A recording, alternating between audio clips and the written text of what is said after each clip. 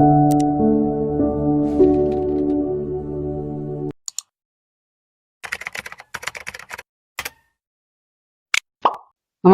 P K മീഡിയയുടെ stories ചാനലിലെ ഒരു പുതിയ വീഡിയോയിലേക്ക് അവർക്കും ഹൃദ്യമായ സ്വാഗതം. ഉണ്ണിയാർച്ചയുടെ കഥകളാണ് ഈ വീഡിയോയിലൂടെ നിങ്ങളുടെ മുമ്പിൽ അവതരിപ്പിക്കുന്നത്. നാടൻ പാട്ടുകളുടെ കലവറയാണ് കേരളം. പഴയകാല കേരളത്തിന്റെ സംസ്കാരത്തെയും ജീവിത രീതിയെയും ഏറെക്കുറെ പ്രതിഫലിപ്പിക്കുന്നവയാണ് നാടൻ പാട്ടുകൾ. പാണന്മാർ വഴിയാണ് ആദ്യകാലങ്ങളിൽ ഇവ നാടെങ്ങും പാടി പ്രചരിച്ചതെന്ന് വടക്കൻ പാട്ടുകളിൽ തന്നെ പറയുന്നുണ്ട്. പിന്നീട് വടക്കൻ പാട്ടുകൾ എന്ന ഈ കഥാഗാനത്തിന് പ്രചാരം നൽകിയത് കാർഷിക മേഖലയിൽ ജോലി ചെയ്തിരുന്നവരാണ്.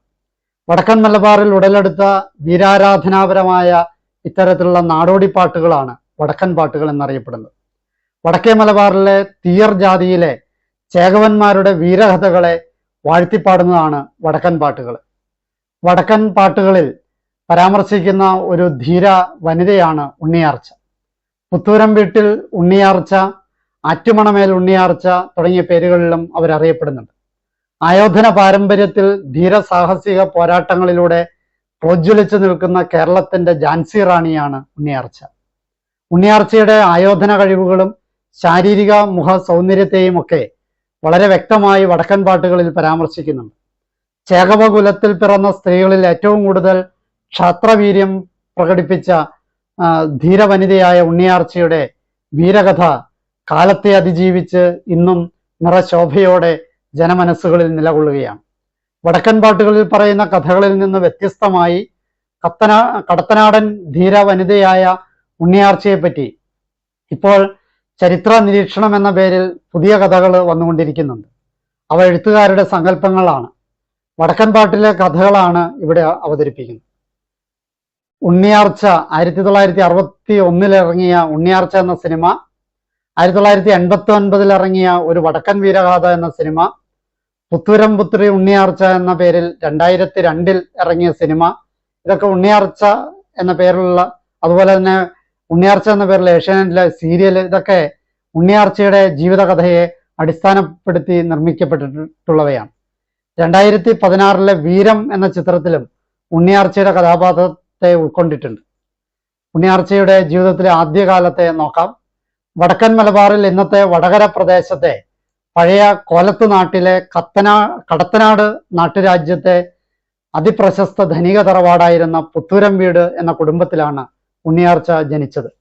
കണ്ണപ്പ ചേകവരുടെ മകളായി 1549 ഉണ്ണിയാർച്ച ജനിച്ചത് എന്നാണ് കരുതപ്പെടുന്നത്. വളരെ ചെറുപ്പം തൊട്ടേ ആയോധന കഴിവിലും ആയുധ അഭ്യാസത്തിലും സ്ത്രീ സൗന്ദര്യത്തിലും ഉണ്ണിയാർച്ച മറ്റു സ്ത്രീകളെക്കാൾ മുന്നിലായിരുന്നു. കളരി അഭ്യാസ മുറകളിൽ ധീരയോദ്ധാവായ ആരോമൽ ചേകവരെ കൂടാതെ ഉണ്ണിയാർച്ചയ്ക്ക് ഉണ്ണിക്കണ്ണൻ എന്ന ഒരു സഹോദരൻ കൂടിയുണ്ട്. സഹോദരനായ ആരോമൽ ചേകവർക്കും മുറച്ചെറുക്കനായ ചന്തു ചേകവർക്കും ആറ്റുമണമേൽ കുഞ്ഞിരാമനുമൊപ്പം അച്ഛന്റെ ശിക്ഷണത്തിൽ കളരി പരിശീലിക്കുകയും കരവാളിലും ഉറുമിയിലും വൈദഗ്ധ്യം നേടുകയും ചെയ്തു.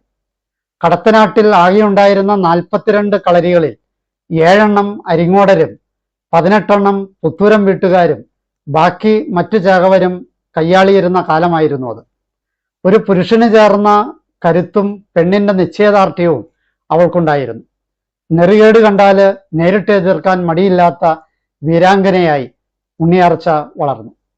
അവളുടെ വിവാഹ കാര്യങ്ങളെ നോക്കാം. കുട്ടിക്കാലം മുതൽ ചന്തുവിനോട് കാണിച്ച ചങ്ങാത്തം വളർന്നപ്പോൾ ചന്തുവിനത് പ്രണയമായി തോന്നി. ചെറുപ്പത്തിലെ മുറച്ചെറുക്കനായ ചന്തുവും ഉണ്ണിയാർച്ചയും തമ്മിലുള്ള വിവാഹം പറഞ്ഞുറപ്പിച്ചു വെച്ചിരുന്നു. കുടുംബകലഹവും ആങ്ങളയുടെ ഇടപെടലും ഉണ്ണിയാർച്ചയെ ചന്തുവിൽ നിന്നും അകറ്റി.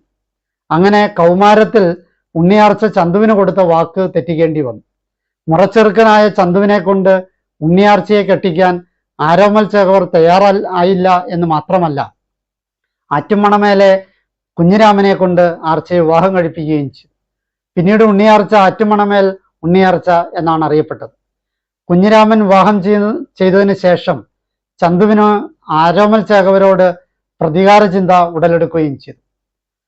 അല്ലിമലർക്കാവിൽ കൂത്തു കാണാൻ പോയ കഥ നോക്കാം. ആറ്റുമണമേലെ കുഞ്ഞിരാമന്റെ അനുസരണയുള്ള ഭാര്യയായി ഉണ്ണിയാർച്ച ജീവിച്ചു. കുഞ്ഞിരാമന് പുതുശ്ശേരി കളരിയില് കളരി പരിശീലിപ്പിച്ചിരുന്നു. എങ്കിലും അദ്ദേഹം ജന്മന ഒരു ഭീരുവായിരുന്നു. ഉണ്ണിയാർച്ചയുടെ ധൈര്യവും വീര്യമൊന്നും കുഞ്ഞിരാമന് ഒരിക്കലും ഉണ്ടായിട്ടില്ല. ആറ്റുമണമേൽ താമസിച്ചു വരവേ ഒരിക്കൽ അല്ലിമലർക്കാവിലും അയ്യപ്പൻകാവിലും ഉത്സവമുണ്ടെന്നറിഞ്ഞ് ഉണ്ണിയാർച്ച അവിടെ പോകുവാൻ താല്പര്യം പ്രകടിപ്പിച്ചു.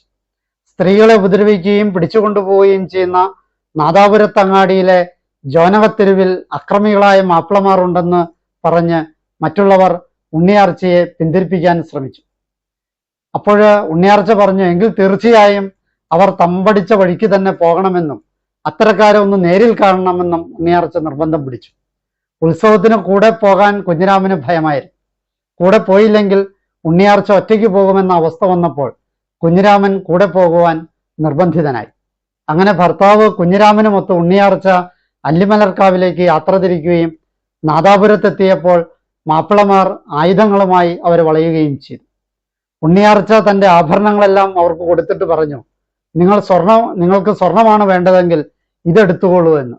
അപ്പോൾ മാപ്പിളമാർ പറഞ്ഞു, ഞങ്ങളുടെ മൂപ്പിന് പൊന്നല്ല പെണ്ണാണ് ആവശ്യമെന്ന്. ഉണ്ണിയാർച്ചയുടെ ആത്മാഭിമാനം അവിടെ ഉണരുകയായിരുന്നു. അവൾ കോപം കൊണ്ട് വിറച്ചു. ഈ സമയം ഭയചകിതനായി മാറി നിൽക്കുന്ന ഭർത്താവ് കുഞ്ഞിരാമനെ ഉണ്ണിയാർച്ച ചോദ്യം ചെയ്തു. ഇവരോട് എതിർക്കാതെ താൻ പിന്മാറില്ലെന്നും താൻ ആരോമൽ ചേകവരുടെ പെങ്ങളാണെന്നും പറഞ്ഞ് ഉണ്ണിയാർച്ച അരയും തലയും മുറുക്കി മേൽമുണ്ട് ചുറ്റിക്കെട്ടി അരമുറുക്കി. എന്നിട്ട് അരയിൽ കരുതിയിരുന്ന ഉറുമിയെടുത്ത് വീശി അങ്കച്ചുവട് വെച്ച് അവരുടെ നേരെ ചാടി. അങ്കക്കലി കൊണ്ട് ആലില പോലെ ആവേശം കൊണ്ട് വിറച്ച് ഉണ്ണിയാർച്ച മുന്നോട്ടും പിന്നോട്ടും ചുവട് വെച്ച് നീങ്ങി. കുതിരപ്പാച്ചിലിൽ അവളുടെ ഉറുമിത്തല കൊണ്ട് ജോനകരിൽ പലരും വീണു. പകച്ചു നിന്ന ജോനകരെ ഉണ്ണിയാർച്ച വിടാതെ ആക്രമിച്ചുകൊണ്ടിരുന്നു. കുഞ്ഞിരാമൻ അവളുടെ പോരാട്ടം നോക്കി അത്ഭുതപരവശനായി നിന്നു. ഉറുമി ഉപയോഗിച്ച് ജോനകരെ എതിരിടുന്നതിനിടയിൽ താൻ ആരോമൽ ചേകവരുടെ സഹോദരിയാണെന്ന് ആർച്ച വിളിച്ചു പറഞ്ഞത് മാപ്പിളമാർ കേട്ട് അവർ ഭയചകിതരായി. ജോനകർ പഞ്ഞി കാറ്റത്ത് പറക്കുന്നത് പോലെ മൂപ്പന്റെ അടുത്തേക്ക് പാഞ്ഞെത്തി ഉണ്ടായ സംഭവങ്ങൾ പറഞ്ഞു. ഭയന്ന് പറച്ച മൂപ്പൻ ഓടി വന്ന് കാഴ്ചകൾ വെച്ച് ഉണ്ണിയാർച്ചയുടെ കാല് പിടിച്ച് മാപ്പ് പറഞ്ഞു.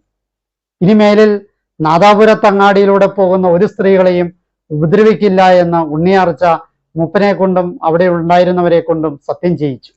അങ്ങനെ വിടന്മാരായ ജോനകരെ നിലക്കി നിർത്തി ഉണ്ണിയാർച്ച ഒരു പുതിയ ചരിത്രം കുറിച്ചു. ചന്തുവിന്റെ ചതിയുടെ കഥ നോക്കാം. കുറച്ചു കാലങ്ങൾക്ക് ശേഷം മേലൂരിടത്തിലെ ഉണ്ണിക്കൊനാരും കീഴൂരിടത്തിലെ ഉണ്ണിച്ചന്ദ്രാരും തമ്മിൽ മുപ്പിളമ തർക്കം ഉണ്ടായി. വൈറ്റാട്ടിയുടെയും സാക്ഷിമൊഴിയുടെയും ഒത്തുതീർപ്പ് ശ്രമങ്ങളെല്ലാം പരാജയപ്പെട്ടപ്പോൾ പരസ്പരം അങ്കപ്പോര് നടത്തി പ്രശ്നം പരിഹരിക്കാമെന്ന് തീരുമാനിച്ചു. രണ്ടുപേരും അങ്കപ്പോരിന് വേണ്ടി ഓരോരോ ചേകവരെ ആശ്രയിക്കാൻ തീരുമാനിച്ചു.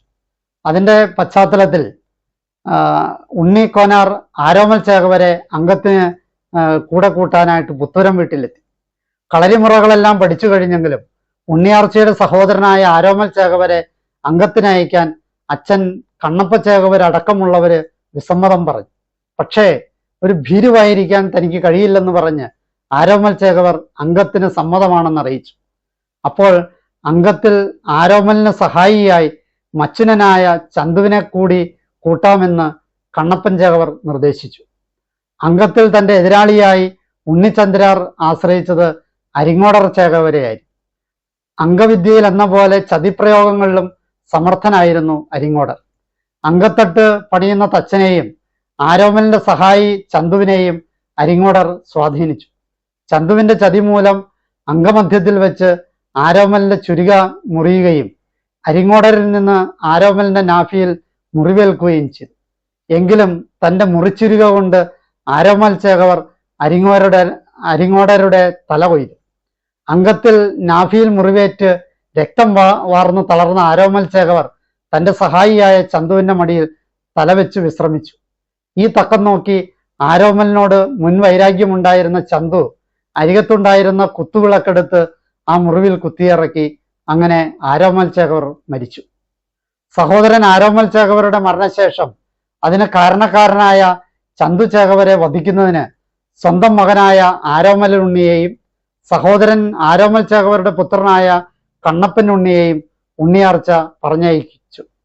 ആ മക്കളോട് ഉണ്ണിയാർച്ച പറഞ്ഞു, വിജയിക്കാൻ കഴിഞ്ഞില്ലെങ്കിൽ മുന്നിൽ നിന്ന് വെട്ടേറ്റു വീണു വേണം മരിക്കാനായിട്ട്. പിന്തിരിഞ്ഞോടവേ വധിക്കപ്പെട്ടാൽ ശവത്തിന് പോലും ആദരവ് കൊടുക്കില്ല എന്ന്. അത്രയ്ക്ക് ധീരവനിതയായിരുന്നു ആ സ്ത്രീ. ചന്തുവിന്റെ തല വെട്ടിയെടുത്ത് തൻ്റെ കാൽക്കൽ വെക്കണമെന്നും ഇത് ഞാൻ കാത്തിരിക്കുന്ന എൻ്റെ ഒരു ജീവിതാഭിലാഷമാണെന്നും ഉണ്ണിയാർച്ച ആ മക്കളോട് പറഞ്ഞു. ഉണ്ണിയാർച്ചയുടെ ജീവിതാഭിലാഷം ഒടുവിൽ ആ മക്കൾ നിറവേറ്റി കൊടുക്കുകയും ചെയ്തു. പിന്നീട് പ്രായമായി 1620 വാർദ്ധക്യ സഹജമായ അസുഖങ്ങളാൽ ഉണ്ണിയാർച്ച മരിച്ചു എന്നാണ് കരുതപ്പെടുക.